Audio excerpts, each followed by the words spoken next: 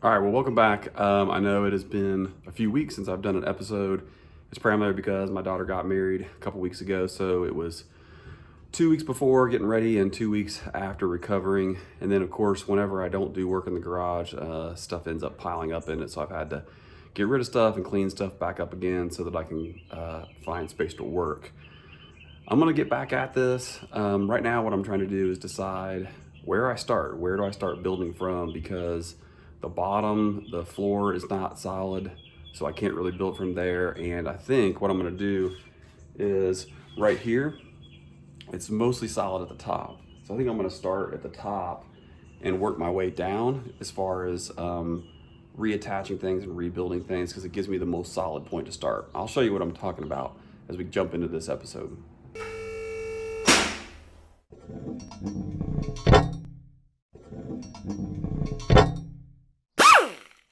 So let me show you what I'm talking about. So the floor isn't actually solid. It's a junked in piece up here at the front. And this was all rusted out.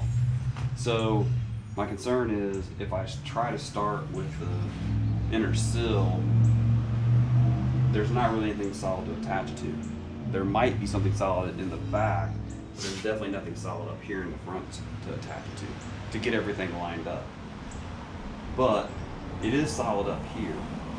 So what I'm thinking is I'll cut the A-pillar out because I'm obviously going to replace it.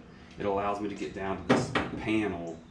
If I can attach that panel, because I have solid stuff to attach it up here, then it'll give me something solid to attach the inner sill to in the front and maybe in the back. I've just got to cut the back out and see.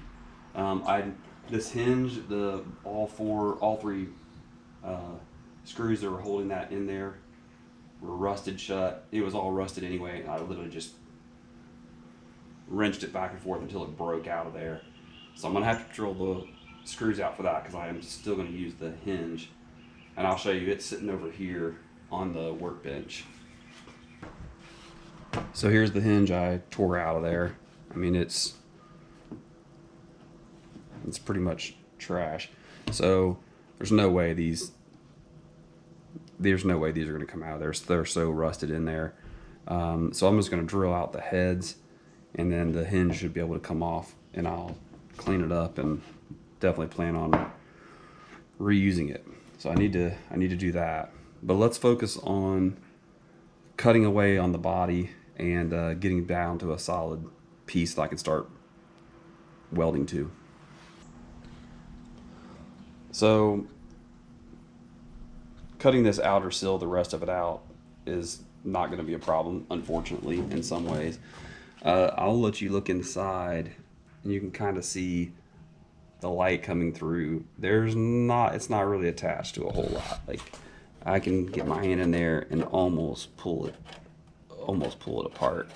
So I'm gonna bust this out and go ahead and cut this outer seal out to get the inner sill completely exposed, and that's gonna help me decide where I go from there. And I'm probably gonna have to cut up here at least a little bit in order to expose it. So that's what I'm gonna do first.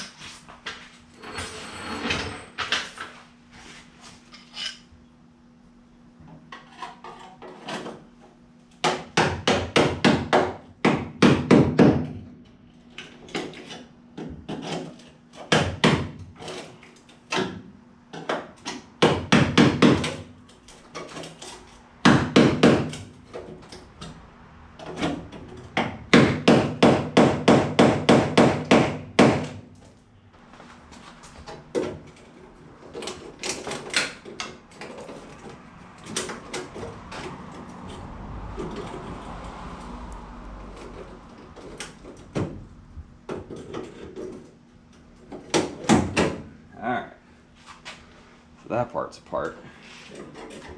I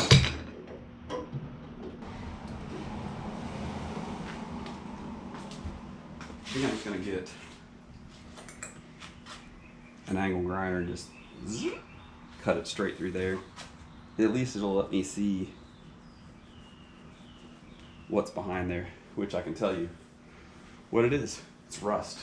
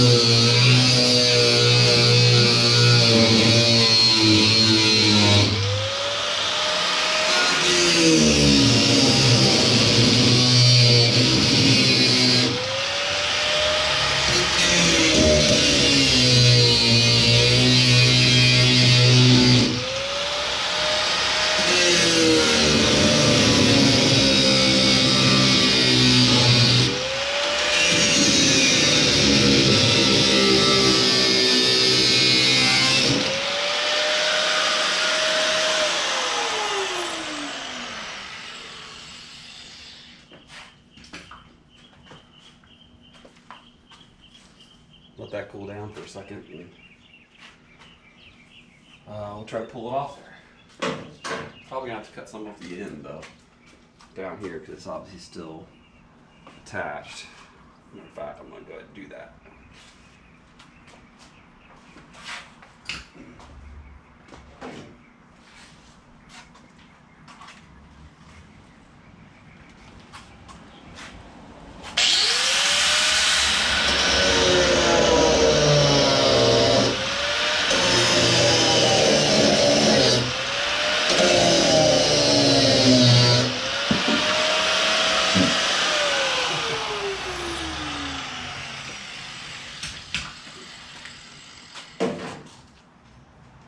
Remember I told you we would see what was behind there? But I had a pretty good idea. I knew what it was.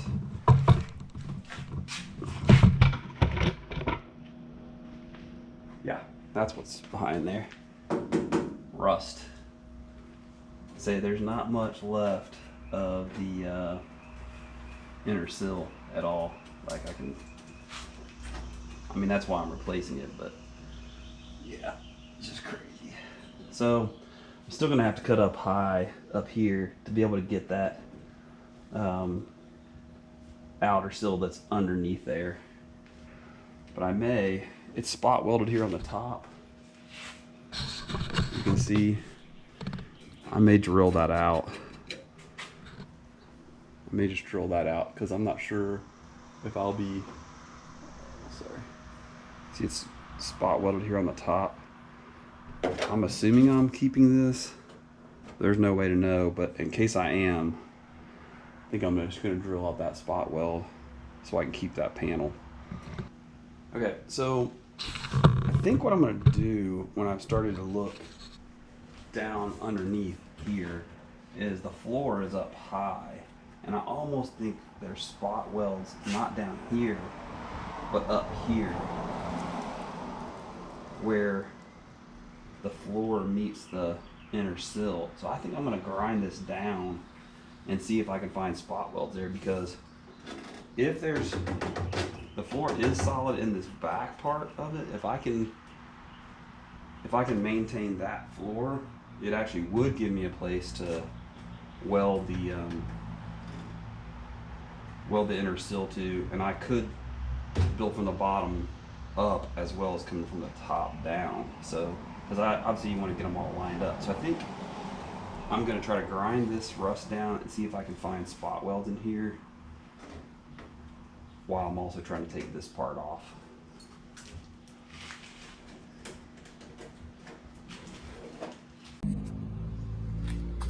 Okay, so grinding it down and trying to find a weld spot was like impossible because of how pitted it is. But I did find this one.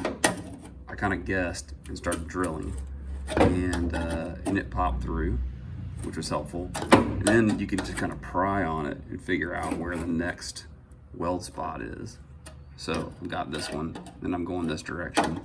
So I think I'm gonna just keep plugging along with this, because you can kind of see inside here, like I'm maintaining the floor pan, and I'm hoping I mean, it's a slow go, but yeah, it's important to me to keep the floor pan where it is, because it's going to give me kind of a reference point of lining up the inner sill.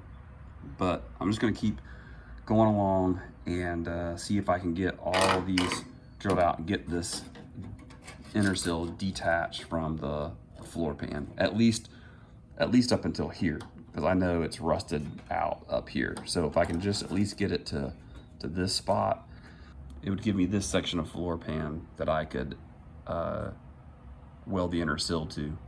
So I'm gonna keep plugging along with that and see how it goes. All right, let me show you what I got done for today. It's not a ton, honestly. I didn't get as far as I would have wanted to, but I'm really trying to take my time because I don't want to screw up what I ultimately cut out and make more work for myself. So let's take a look and I'll show you where I started. So basically I started spot drilling, and you can kind of see I've gotten that because I want to keep the integrity of the floor as far as where it is. And there's this diagonal piece that goes up here. Let me show you where that is. That's this piece right here. So I'm trying to keep that as well. And then I basically busted this out right here. Sorry, busted this out right here.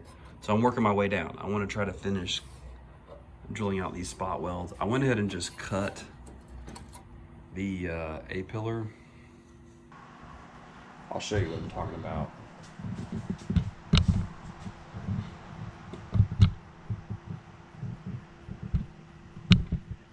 So yeah, I